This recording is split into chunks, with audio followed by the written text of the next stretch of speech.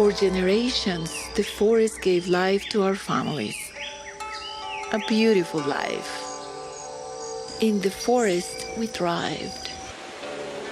But the earth changed. The fish in the rivers disappeared.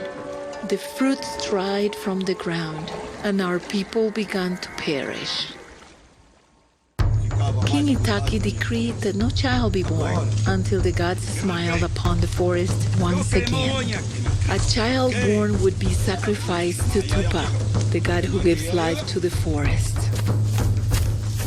Iaça, the daughter of the king, was with child for the first time, unknown to her father.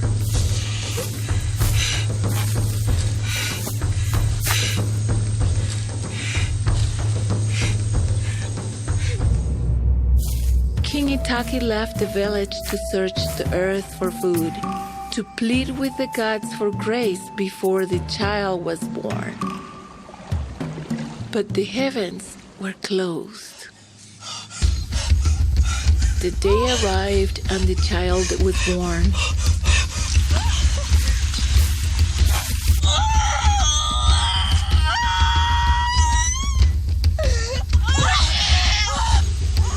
A sacrifice was promised.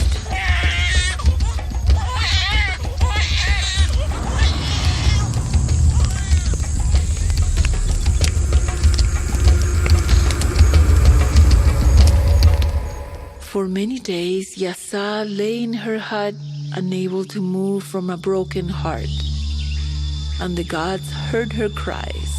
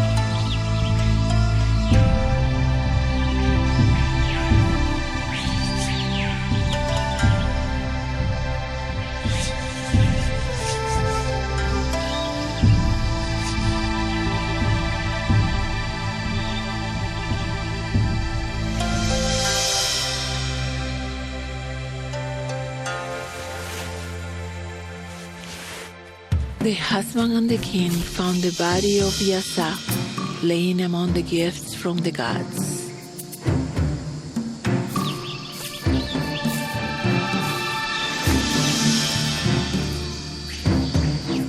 The gods had left a purple fruit that would save our village and bring great prosperity to our people for generations to come. King Itaki, in honor of his daughter Iaça, reversed the letters of her name and called the magical fruit Açaí!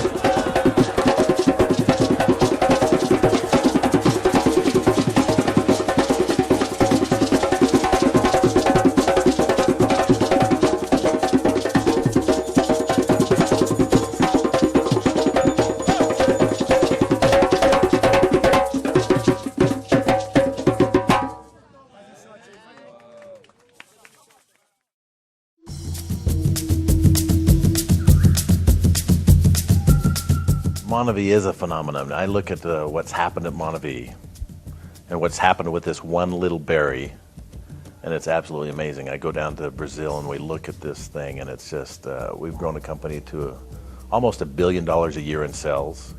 And over the last 2.5 years, we've bought almost $45 million worth of acai in this little region of Brazil. What really lights me up is what I see happening down in Brazil. We helped some of the processing plants get up and going and get proper pasteurization, and we worked with them, with the locals.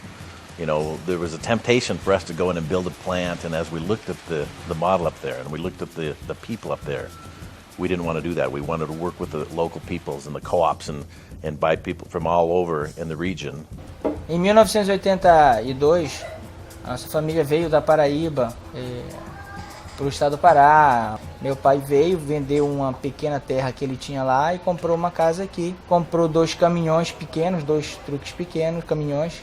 E ele começou, no fim da safra de 1982, a negociar o fruto na feira do ver-o-peso. E a partir daí, nossa família começou a trabalhar, nunca mais paramos, a família nunca mais parou de trabalhar com açaí. A nossa família, quando veio da Paraíba, não tinha cultura, não tinha educação, tinha as condições de sobrevivências rudimentares, não tínhamos dignidade em relação à própria sobrevivência. Por quê? Porque o que tínhamos para fazer era literalmente só comida. Nós não tínhamos acesso à educação, nós não tínhamos acesso à saúde, nós não tínhamos acesso ao lazer, nenhuma das outras necessidades básicas para tornar uma pessoa digna. E o açaí mudou todo esse panorama. I met Sandoval. I went out to his place, and he's an amazing man. He put himself through college in the Açaí business. His family's been in the Açaí business. He's one of these guys that lives in an apartment and has 1 million people at his house all the time. His brother was murdered, and so he took on 3 children of his brothers.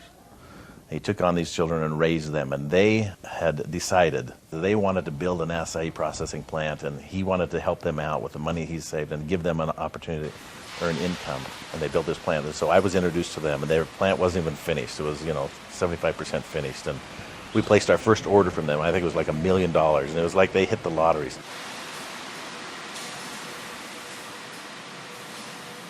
Nesses últimos 3 anos a gente conseguiu colocar que o açaí seria um ramo de sustentabilidade para a família. Que até então a gente não acreditava que seria estudar para procurar uma carreira, ser um profissional liberal. E em 3 anos a gente começou a acreditar e apostou e está dando certo. A gente começou a trabalhar com a polpa no mercado nacional e entramos ano passado no mercado internacional. They've gone from just this little startup processing plant to the largest processor in all of Brazil of açaí. A razão de sempre estar se investindo na fábrica é uma necessidade premente do mercado. O mercado impõe cada vez mais que tenha tecnologias novas, que tenha processos novos, formas de combate à contaminação, de contenção de riscos cada vez mais exigentes. E aí torna-se, a partir daí, uma bola de neve de cada vez mais tentando atender às exigências do mercado, seja recorrendo ao mercado nacional como financiamento bancário, seja buscando financiamento ou parceiros como o governo para tentar investir e melhorar cada vez mais o parque produtivo.